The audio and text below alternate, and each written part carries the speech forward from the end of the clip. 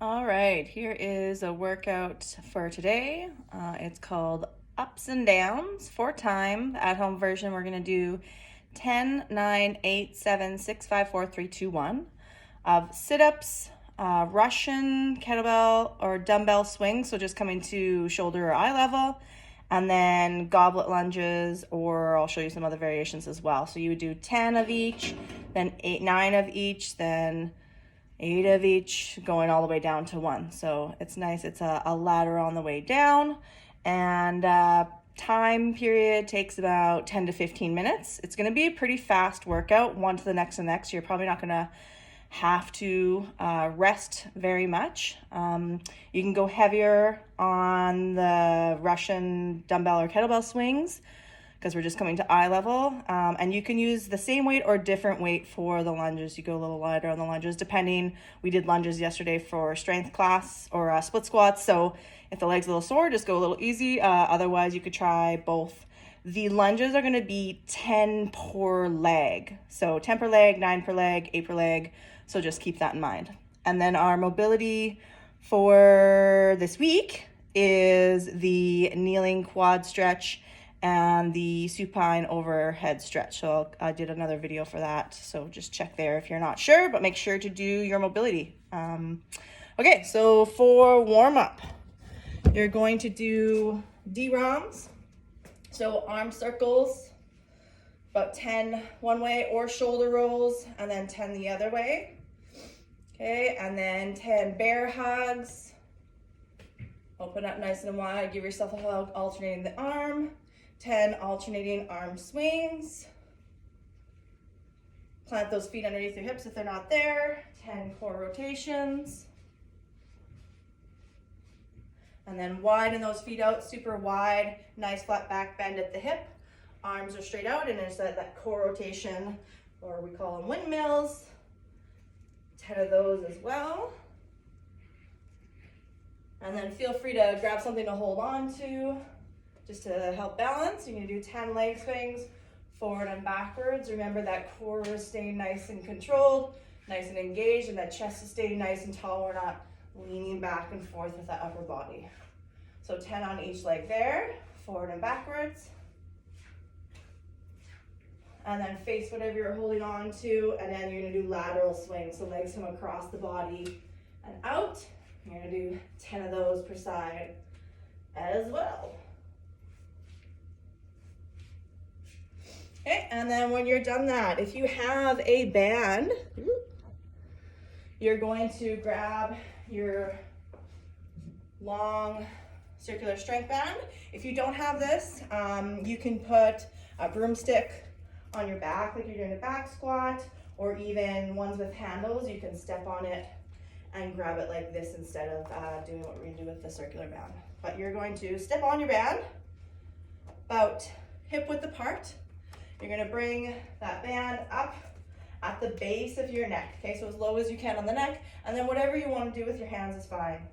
You're gonna have your knees are nice and soft, your core is engaged, we're feeling that full barrel around our belly, and then we're just gonna slowly hinge from the hips, so the knees stay over the ankles, and then we squeeze to stand, okay? So nice flat back, just moving that butt back to the wall or wherever you're facing.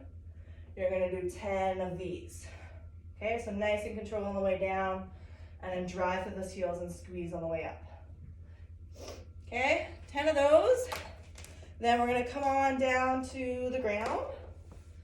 You're gonna set up with your feet nice and wide, wider than your shoulders, hands behind you, and then you're gonna plop those legs over to one side. So we're set up for 90-90. Reaching that chest up and over that front knee, driving that hip back. And then sitting up nice and tall and driving the other hip to the ground. Hands can come behind your back again, opening up one leg at a time, and then the other to meet. Sit up on the other side, up and over that front knee, driving that hip back. Sitting nice and tall, driving the hip to the ground, and then reversing to the other side. So you're gonna do at least 3 on each side, 3 to 5, your choice, but make sure you do them. Once you're done that, you're on to your back for some dead bugs. So legs at 90, knees right above the hips. Try not to let them creep in from there. Arms are straight up, palms facing each other. Take a nice good breath, big breath, fill that belly with air, make sure that lower back stays planted. You can do leg only, so just extending one leg at a time, tapping that heel. So keeping your knee bent for a little easier, and then extending that leg for something a little harder, but we don't want to let that lower back come up, okay? So just find your happy medium. It should be controlled each way.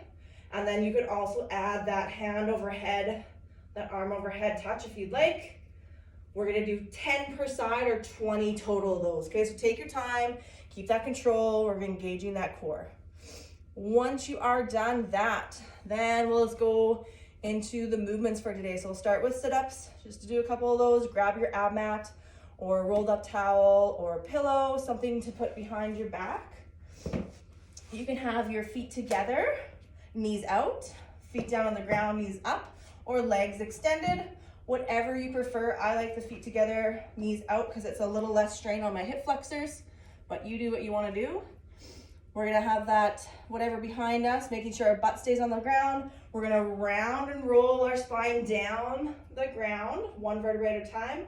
Touch your head or your shoulders to the ground, and then round it up one at a time, okay? So we don't wanna hip or hinge from the hips. We want to round and roll that spine down and up. So that lower core, that core is doing as much work as possible. You can, if you want, to swing your arms today, that's fine. Just try not to hitch when you're swinging. You're still rounding up and down, okay? Or hands on your chest or behind your head is fine. Just make sure you're not yanking on your neck.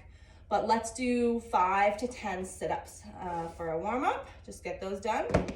Once you are done that, you're gonna grab your kettlebell or your dumbbell for your swings, okay? So I will show you with a dumbbell because I feel like most people have that, but if you have a kettlebell, I would use that. Something light to start with. So if you're using a dumbbell, you're gonna hold, either interlace your fingers underneath the head of the dumbbell and hold that way, or if you're not comfortable with that, you can hold double hand on the handle. Just make sure if you're doing that version that you try to let your arms straighten. Sometimes we tend to want to pull it and then that stress on the shoulder that we don't need, okay? So whatever you're using, I'll use the interlace. Your feet are gonna be probably about shoulder width, depending.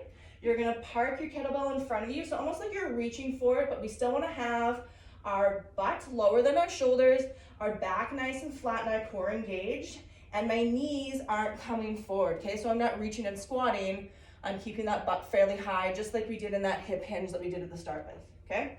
From there, we're going to hike it up into our hips, and then we're just gonna stand.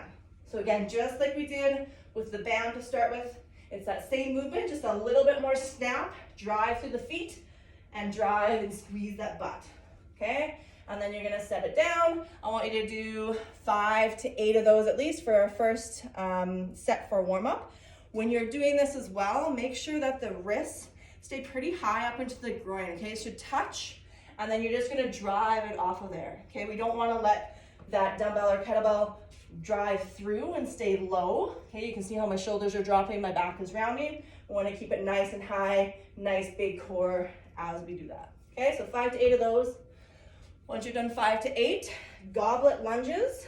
So you can use the same weight I said, or you can use a little bit lighter weight depending on how you're feeling from yesterday or your legs in general. Lunges or step ups, if lunges aren't a good idea for you for whatever reason. Holding that dumbbell, you're gonna hold it nice and tight into your chest, or hold the head like this, or you can use the kettlebell as well, same idea, holding it in front of you, or you don't even have to use weight, okay? So that's another option. If you are doing lunges, you can step back into your lunges, tapping that knee, driving all the way up.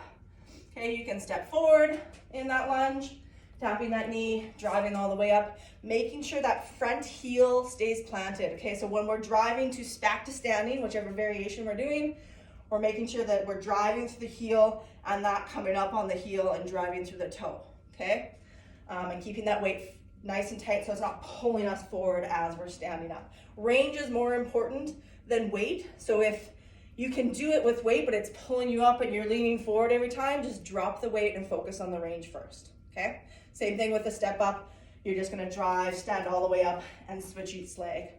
So warm up, first set. Let's do, again, keep it light. You'll do 10 lunges, 5 per leg, or 10 step ups, okay? Once you are done that, we're gonna come back and do another set of kettlebell swings. Grab maybe a little heavier weight this time if you have that option.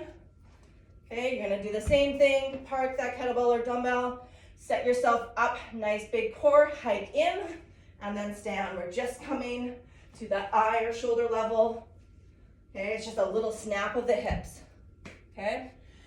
Once you're done that, then do one more set of lunges, 5 per leg. Again, adding a little bit of weight or staying there and just working on that range and making sure you're comfortable and ready for that.